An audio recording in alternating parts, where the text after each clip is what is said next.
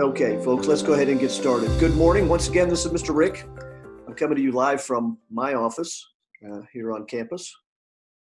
In the office with me, we have Jordan and Kathy. The agenda that we have today is really threefold. One of the first thing we're going to talk about is lessons learned from last semester and how we're applying them to this semester. And then the second thing we're going to talk about is Kathy's going to talk to you about testing, where we are in regard to testing for the remainder of this year. I'm going to talk to you a little bit about scheduling and how that's shaping up. And then the third thing we're going to talk about is what next year is going to look like. So those are for those of you that are going to be with us next year, we are going to take the lessons learned from that last semester, the lessons learned from this year, and we are in the process right now of building a model for school year 21-22. It sounds like a strange year, but 21-22 is just right around the corner for us. And for those of us that are in the business of education, you generally planned a year in the arrears, and we make sure that we have all the resources aligned with the requirements. But first, we have to create the model, and that's what we're doing. Is we're going to present the model to you just in context, and then if you have any particular comments, questions, or concerns, please feel free to reach out to us and give us your thoughts. Okay, so first things first. Let's talk a little bit about consistency and predictability. I know where Greenville County is with regard to their current scheduling model. I know that they've made some recent changes this semester, and they anticipate making additional changes as the semester carries on. I don't know how that impacts parents, kids, social emotional learning, and the variety. I do know that one of the critical elements of our school is relying on parents for transportation. And every time we throw a variable in there and we change up our model, we can complicate the situations for parents. Not only that, our core responsibility in here, number one, is to protect the kids. Number two is to educate them. And when we change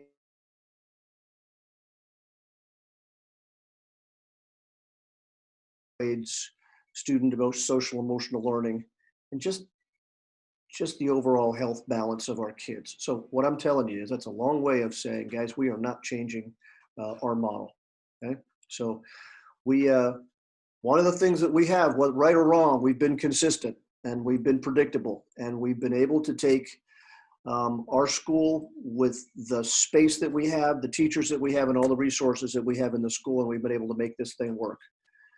We're one of the few schools in the upstate that has not had to shut down for extended periods of time because we've been able to manage just this current operating environment.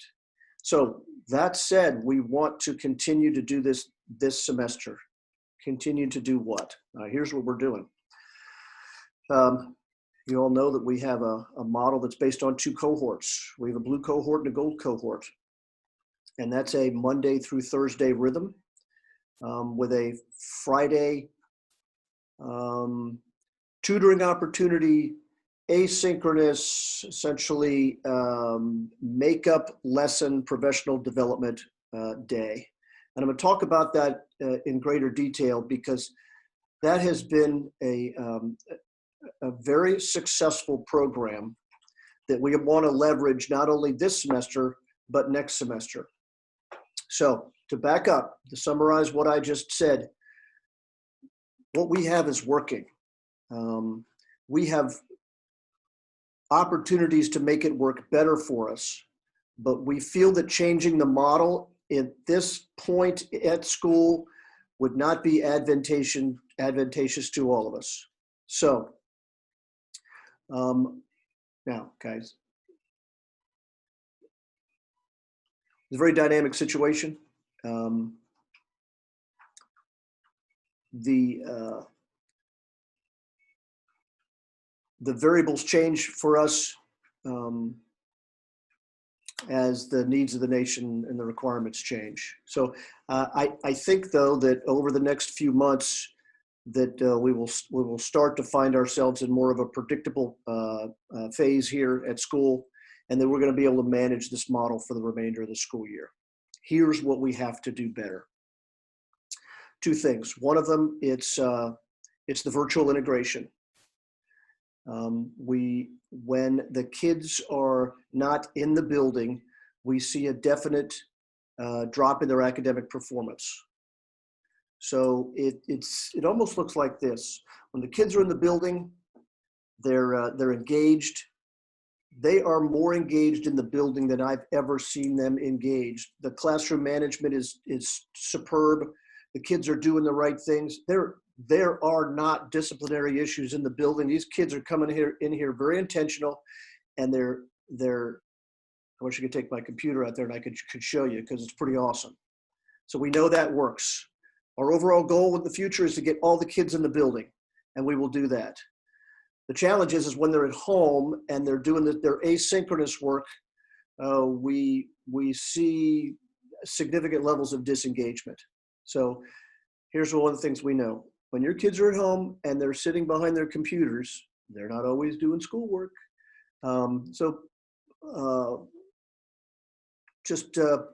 Please know that we are taking every opportunity to engage kids while they're in school and while they're at home. And the kids that are on full virtual actually are doing exceptionally well. I'm really pleased what we saw at the end of the last semester with our virtual kids. We made some changes to our programming, and we've seen some great success. Here's an opportunity that we're not taking advantage of. So everybody that's in the room right now, please listen. We have opportunities on Friday morning for your kids to come into the building. If they're in the virtual program or if in the live program, does not matter. Come into the program and they can have one-on-one tutoring with their teachers. Their teachers are not presenting new material on Friday. It's all catch-up work. Now, what we're not seeing is a significant number of kids that are taking advantage of that tutoring opportunity. The ones that do, when we do the analysis on that, they are performing exceptionally well. So Friday mornings from 8 to 10, the school is open, all the teachers are in here, and we're waiting for the kids. Now, as we look forward to next year, that is one of the things that we're going to sustain. The model for next year is going to be a 4x1 model. In other words, our plan that we're building now is to have in-person classes Monday, Tuesday, Wednesday, Thursday, not cohort split. We anticipate having the capability to have all kids in the building Monday through Thursday. But we want to take advantage of this Friday opportunity to provide the same experience of providing this year. In other words, tutoring, no introduction of new material, and then in the afternoon, we as education professionals stop and we do professional development. So we learn our craft in those few hours in the afternoon. We're in this building this year, Monday through Friday, from 7:50 to 3:20, and that's our commitment. Now, next year we're going to be doing the exact same thing on a 4x1 model. We could talk a little bit more about that as we wrap up today, but that has been our plan for the last couple of months, and we're building our model to be able to support that plan.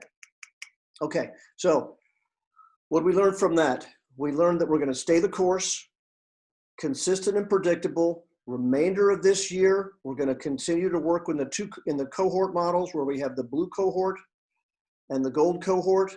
Friday is it's that day of opportunity for your kids. All right, here's some data for you. At the end of last semester, we had 65 kids failing one or more classes. Okay, and that was with 2 weeks left in the semester. So what did we do?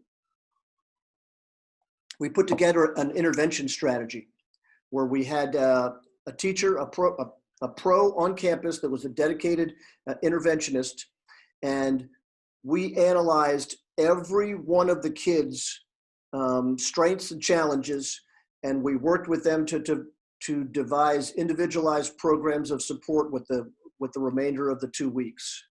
And it got pretty intense at times. How did it turn out?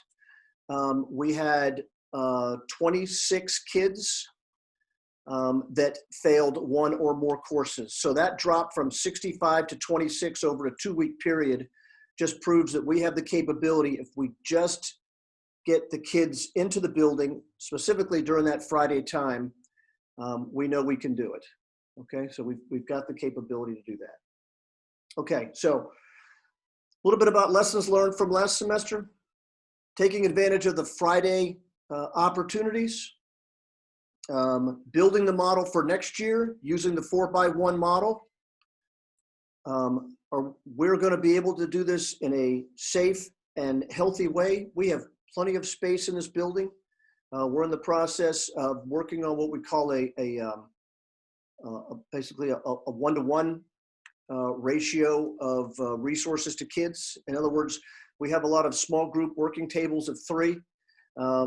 Next year, you can anticipate single desk, single chair for a child, spaced within the building, so it's comfortable, it's manageable, but it's also safe and healthy. So we absolutely can do this, and that's where we're headed. Last thing, and then I'm going to turn it over to Kathy. If your child is struggling in a particular class, if your child needs help in particular areas of social emotional development, whatever it may be, please have them contact their teaching pros, their support pros, their counselors, anybody from the school. We're standing by to provide that individual attention and support.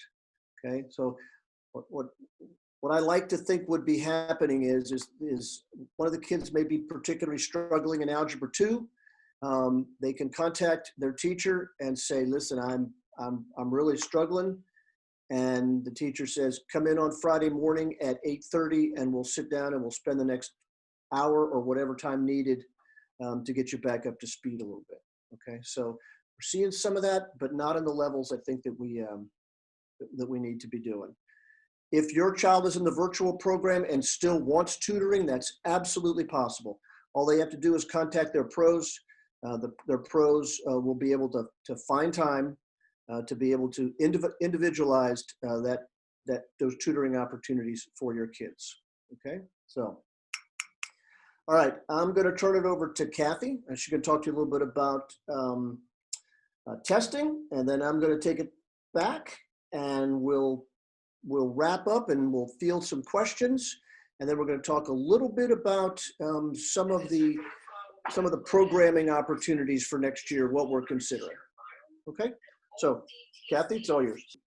Good morning. Sorry, everyone. I am on a testing training right now, so I'm listening to this with one ear, listening to the other with one ear, and I had some technology issues of getting that to mute. So we have lots and lots of tests coming up. Of course, these are the standardized tests.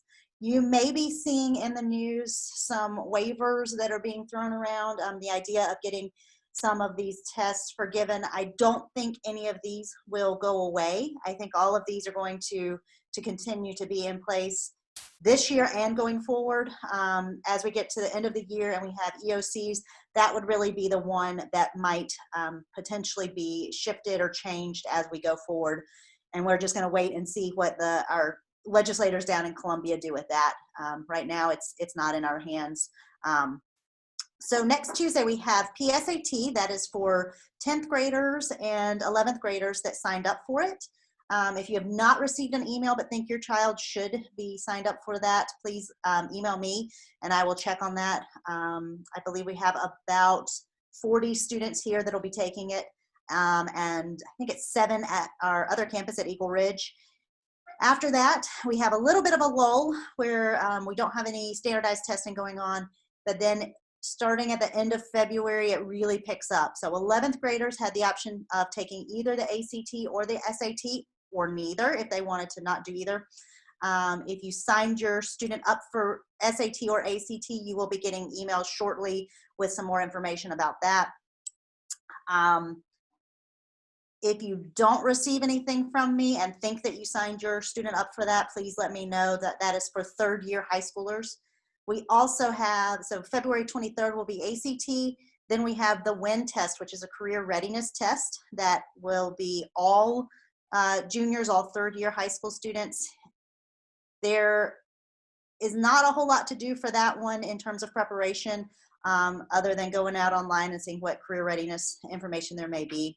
And then SAT is set for March 24th, not being in front of a calendar. It may be the 20, I think it's 24th. And then after that, it won't be anything until the very end of the year, depending on what happens with EOCs. If you have any questions about any of that, please don't hesitate to email me. You may have seen in the news that the SAT is getting rid of the essay section. That does not apply for tests that they take with us. So ACT and SAT, as a standardized test as part of the accountability measures, have an essay with them. So they take the 4 subject tests, the English and the math, and then they have an essay as well that students have to do, and that will continue. Even though SAT is going away from that for the national tests, there will be continuing that for state and district testing, which is what we are a part of. So I am going to turn it back over to Mr. Rick. Thank you, Ms. Kathy. Last couple things. I wanted to introduce a new pro to you. She's teaching our Spanish program, and her name is Emily Arroyo. She's right now teaching her class, but I'll just introduce her by name only. Let me tell you a little bit about the Spanish 2 program. We brought Emily on this semester in an effort to create the face-to-face and a live dynamic Spanish program that was needed. Boy, did we find a good one with Emily. If your children are right now enrolled in Spanish, they're receiving what I would call immersion training, where they are Spanish is being spoken in the class and only Spanish, and it's pretty terrific. So the first couple of days were pretty shocking because it was pretty intense. But the sensing that we've got from the kids is they love it because it's applied Spanish, and it's something that we've wanted to introduce into the school here for a while. It just took us a little while to get Emily, and it's pretty encouraging for us. Okay, couple last things. Last month, our P4, our parent organization that supports our pros and our peers, held a pro appreciation event for all of us out at Brown's Farm, and it was a super event. We were out there all day, just had an opportunity to relax, to get away from campus, enjoy the outdoors, have some great food. So we just wanted to express our appreciation to all of our parents that support us. This is a challenging year for us, but it's absolutely manageable. It's completely doable. And what we're doing is we're taking every opportunity to create the lessons learned from this year and make next year better. This is a great opportunity for us to be in education. Regardless of what you may hear, this is an awesome time. We are getting financial support from our federal and state government to support our programming. I will tell you that this year alone, we've received over $700,000 to support everything from technologies to payroll to a variety of things. And the beautiful thing about it is it doesn't come necessarily pinpointed for particular items. So the relief has been there, and we're as healthy as we have ever been. That's why what we're doing with our school is we are looking for the growth potential. we're looking now with our head up at years 3, 5, and 7, who we are and where we want to be. And this is pretty exciting time. So thanks for taking this ride with us. It's really good. Who we are right now is not who we're going to be in the future, because every month that we're in here and every semester we move through, we raise the bar and we elevate the kids' game. So we're looking for new opportunities. All right, so let me close it out and then ask for your particular questions. One of the things that we miss dearly this year is to have the social interaction, with the kids, to have market day, show off, all schools, proms, dances, movie nights. We have a list, pretty extensive list. So let me tell you what we're doing. First of all, we have an attitude for next year that says we can do it. Okay, and so we're not looking at sacrificing programs. We're looking at building opportunities for our kids. Prom may not look like it has in the future, but we're going to have those types of celebrations. All schools are going to return, market days, show offs, all these things that are part of the next fabric. We got to bring that back. It's important. So that's my commitment, is to tell you how we can do this in a safe and healthy environment, but also an environment that it encourages and inspires and empowers our kids to be great people. That's what makes us different. So hang in there with us this year. Your kids are phenomenal. Look at them right now sitting in their classes, and they're just great people. So thanks for sharing them with us. We're committed to this thing for the long haul, and this is just a small bump in the road for us, and we're going to get this thing back on the road and pick up the pace here very shortly. So, okay, questions for you. Questions, comments, suggestions, anything for us. You've got the three of us captured in this room with the door closed. What can we do for you? I had a question. Yes. We are new this semester, and it was my understanding that on the Fridays that you guys are doing the tutorings, that was only maybe like a once a month thing. Is that every single Friday? It will be every single Friday by exception. For example, this Friday, tomorrow, we do not have tutoring, but the expectation is we will have tutoring every Friday. But if continue to stay linked in with us, particularly on social media and the other platforms, if we say that we're not, say which one again? Every Friday in February. Yeah, every Friday in February has it. Okay. Thank you. Good. Great question.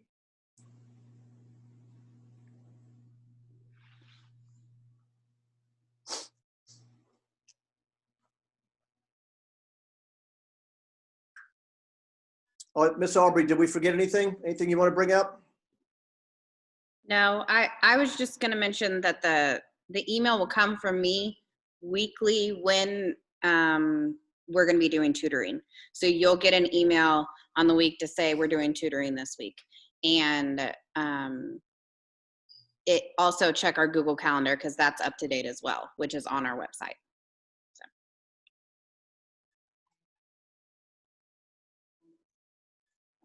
Okay, we're looking down the chat line. I think we've got everything all right. What is the career readiness test? Did you see that? Yeah. Oh, it is. Can you explain, Kathy, what the career readiness test is? Yes, the career readiness test is, it's called the WIN test. It has replaced ACT work keys. It is a measure of soft skills, essential math. Most of it is, it's one of the tests that's used by various states, particularly the state of South Carolina, to determine if people qualify for particular jobs, or maybe would be better suited for a different job than what they're doing. So any state agency will require that test before anyone can start working for them. It's just one more way for us to make sure that when students go out from high school, that they have something in their tool belt already, that they can pull out and say, hey, this is what I have. Can you talk about the 26th meeting? I see that. I just saw that pop up. The 26th, if your student is taking PSAT, they will be here on campus. Otherwise, they will stay home and work asynchronously. We just have too many rooms that we need and can't separate the testing students from the rest of the school building. So therefore, we have to close down that day for testing purposes. So it'll be asynchronous if your student is not testing.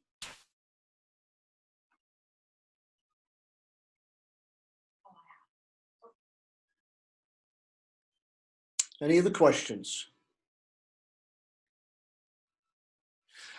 Okay, let's go ahead and wrap it up. We wanted to keep this to 30 minutes today. We'll push out another notice the next time we're going to do a town hall meeting. We'll have another 30-minute opportunity. And if there's anything that you need, any questions that you have prior to that, please feel free to email us, call us, and you always have Aubrey there, and she can answer anything for you. Thank you for your time today. Thanks for sharing your kids with us. We appreciate y'all. Please stay safe, and we look forward to seeing you soon.